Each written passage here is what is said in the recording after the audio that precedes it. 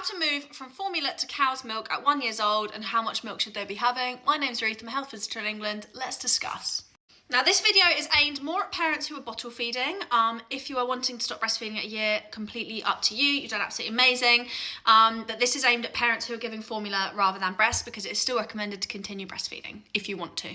Now first things first, the NHS guidelines state that from 1 year onwards, they don't need the calories from formula theoretically because they should be getting enough calories from their food around now.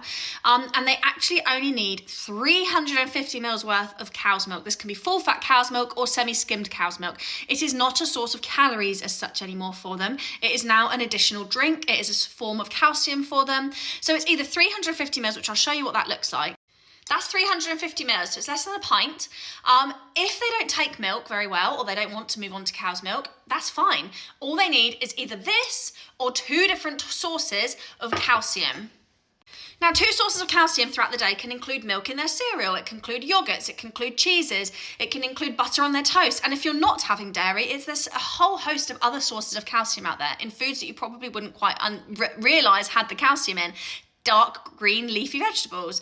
I think soybeans, just need to double check that one. Have a look at different areas of calcium if you don't want to be giving cow's milk.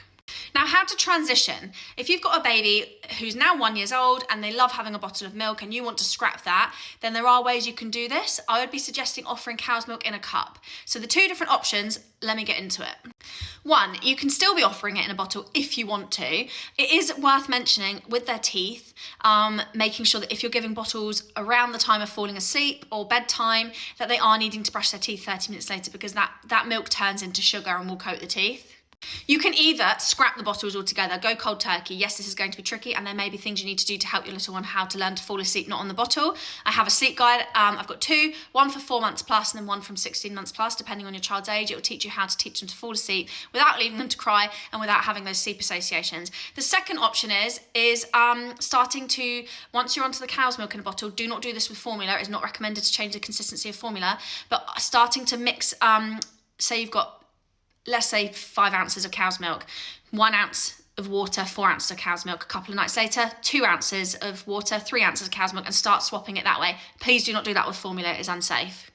Ultimately, I hope to reassure you that if they haven't taken that well to cow's milk, it's not that big a deal. There are other avenues when it comes to calcium. Just have a look online at sources of calcium.